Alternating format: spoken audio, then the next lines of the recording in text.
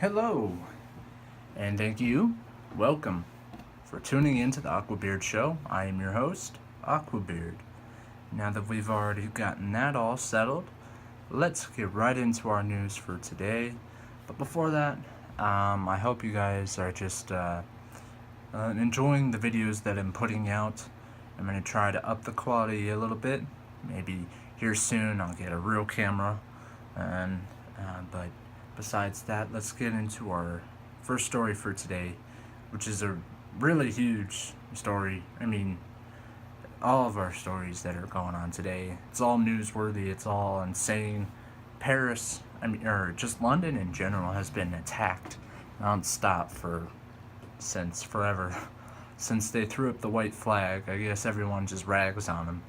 But recently, earlier this day, there was a man, who I'm not going to name, I don't want to give him any glory for the shit that he done. He thought he'd take vengeance into his own hands and try to terrorize some Islamic people, and he tried to mow them down with his truck, killing one of them, injuring about 10 more of them. A few of them had to be rushed off to the emergency room. Some were just, a couple of scrapes and bruises. They were treated on site. But as for the other people who were around, who witnessed the horrendous act of terror, which it is a terror. I mean, this man, he did attack Muslims. It's weird to hear about the reverse way of it, but he did attack people, he did hurt people, and he terrorized other civilians standing by.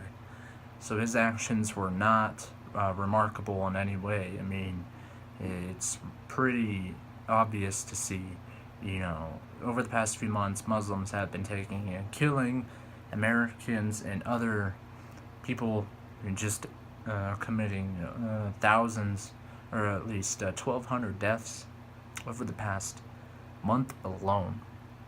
Now, this doesn't mean vengeance is the front way, the ulterior motive that we should immediately jump to when dealing with this crisis.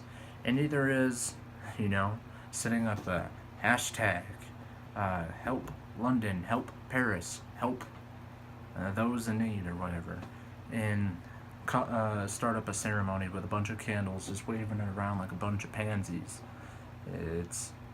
If war does come down to it, honestly, that's probably how it's going to have to end. Hashtags don't save lives. I don't know what hashtags do, really. It's not going to save a life. A like is not going to save a life. A share is not going to save a life.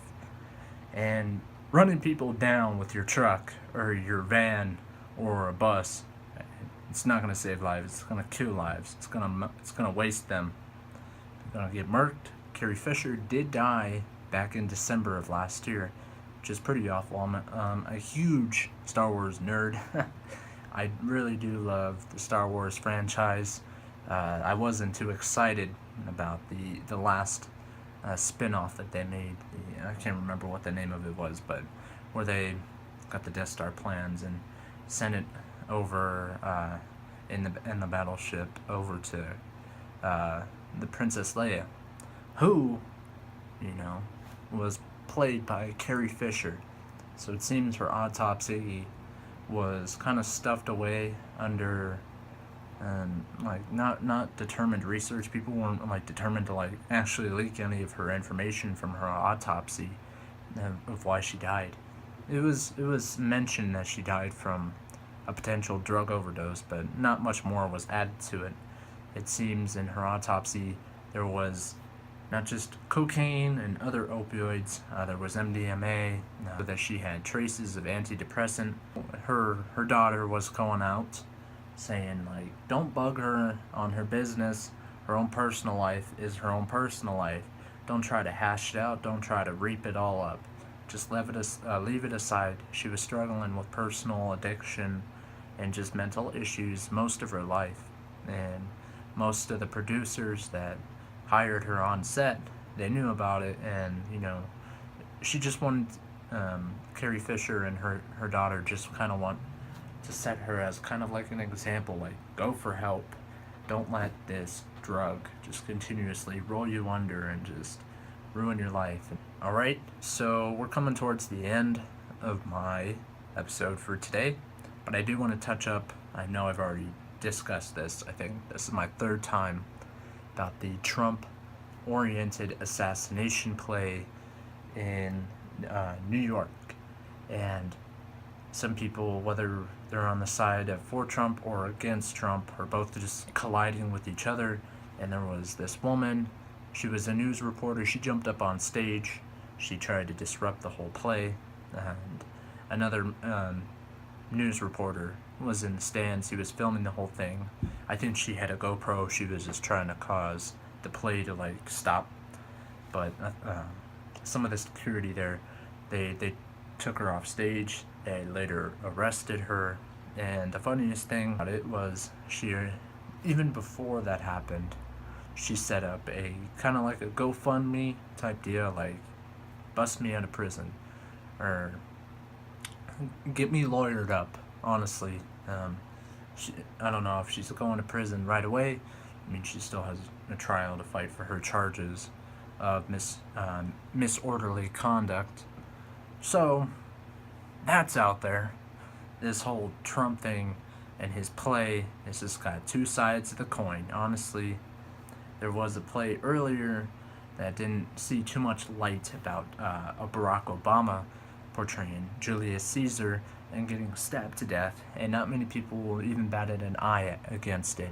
But now it seems that people are just kind of taking it out of context, or not really out of context, they're just blowing it up. It's not great to be portraying our president as a victim of homicide. And some people are saying, well, it's against violence. It's to show everyone that this story was orchestrated to combat violence. And whichever way you look at it, it's both got its merits and demerits, but whatever you want to take from it, I guess. But that kind of just wraps up my whole story, newsreel for today. If you did enjoy this, go ahead and drop a thumbs up down at the bottom. I appreciate you staying and tuning in for my videos. Go ahead and subscribe as well.